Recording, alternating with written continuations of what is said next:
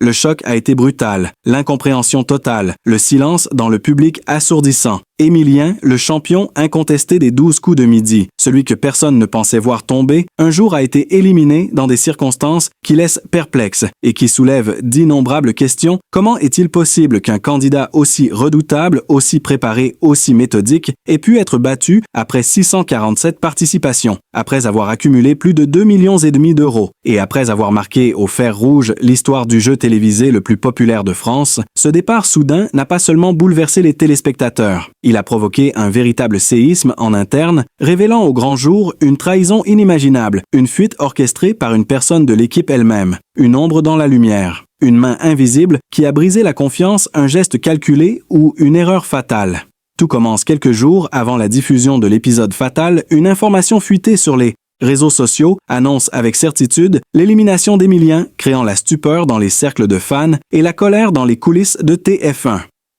Jean-Luc Reichmann, figure emblématique du programme depuis plus d'une décennie, est abasourdi, blessé, il parle de trahison et pointe du doigt, non pas un journaliste, non pas un membre du public, mais bel et bien quelqu'un de sa propre équipe, quelqu'un qu'il connaît, qu'il emploie depuis des années, un visage familier, devenu soudainement suspect. Ce n'est plus seulement un jeu, c'est une affaire humaine, une blessure personnelle, un climat de suspicion qui s'installe et qui ternit l'aura d'un programme censé être une bulle de bienveillance et de convivialité. Émilien lui reste digne. Il ne commente pas, il s'efface, laissant derrière lui une trace indélébile, une légende construite jour après jour, étoile après étoile, mais une légende qui se clôt dans une atmosphère lourde, presque tragique. Et pourtant derrière cette tension, une vérité crue surgit, ce n'est pas seulement la fin d'un parcours hors norme, c'est le début d'un autre récit, celui des coulisses d'une émission mythique, celui des loyautés brisées, des secrets échangés dans l'ombre des studios, celui d'un présentateur trahi en plein cœur par l'un des siens. Et c'est cette faille intime, cette cassure invisible qui fascine aujourd'hui plus que la chute du champion, car elle révèle que derrière les sourires, les projecteurs et les applaudissements, il y a des fragilités, des peurs, des luttes de pouvoir et des silences qui en disent de long.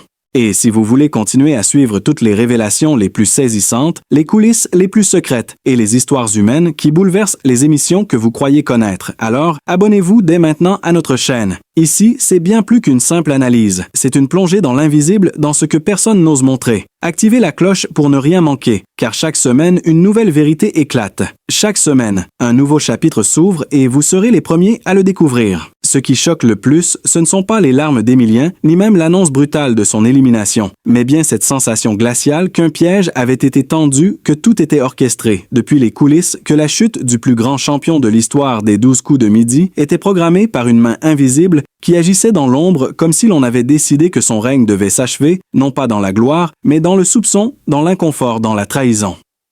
Cette hypothèse, autrefois impensable, commence à prendre forme dans l'esprit des téléspectateurs les plus attentifs, des anomalies, dans le montage de certains épisodes, des incohérences dans les questions posées, des regards furtifs échangés entre membres de l'équipe technique et un malaise de plus en plus palpable chez Jean-Luc Reichmann lors des dernières émissions, comme s'il sentait que quelque chose se préparait, comme si l'atmosphère s'était chargée d'une tension inédite des sources proches de la production.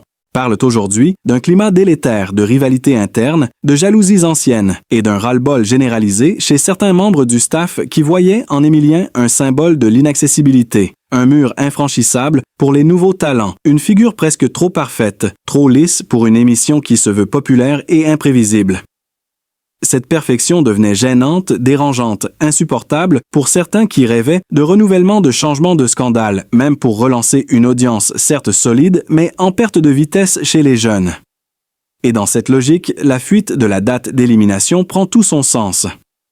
Elle n'était peut-être pas une erreur, mais un acte calculé, une manière d'anticiper le choc, de préparer le public à la chute d'un mythe, et surtout de tester la résistance de la machine médiatique.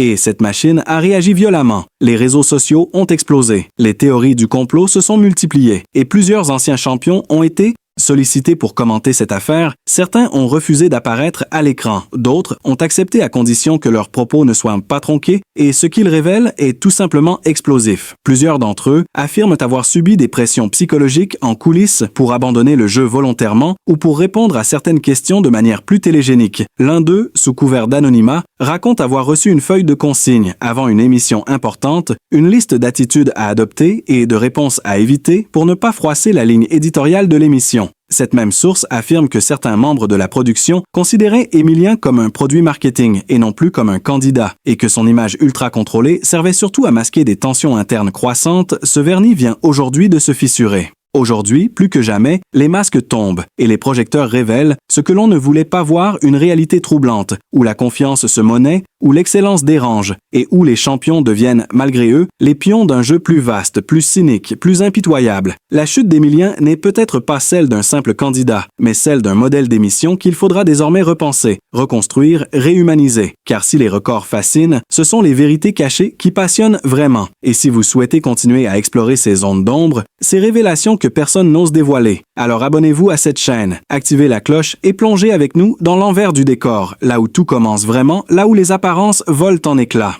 Car derrière chaque émission, derrière chaque sourire diffusé à l'écran, se cache parfois une tension, une stratégie, une vérité étouffée. Et c'est précisément cette vérité que nous voulons révéler, sans détour, sans filtre, sans compromis.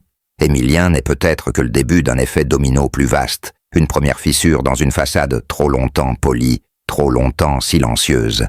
Alors si vous aussi vous sentez que quelque chose cloche, que l'histoire officielle ne suffit plus, que vous voulez aller plus loin, creuser plus profondément, comprendre ce qui se trame réellement derrière les projecteurs, abonnez-vous maintenant, activez la cloche et rejoignez-nous dans cette quête de lucidité, car ce que nous allons dévoiler ensuite pourrait bien changer, à jamais, votre regard sur le monde du divertissement.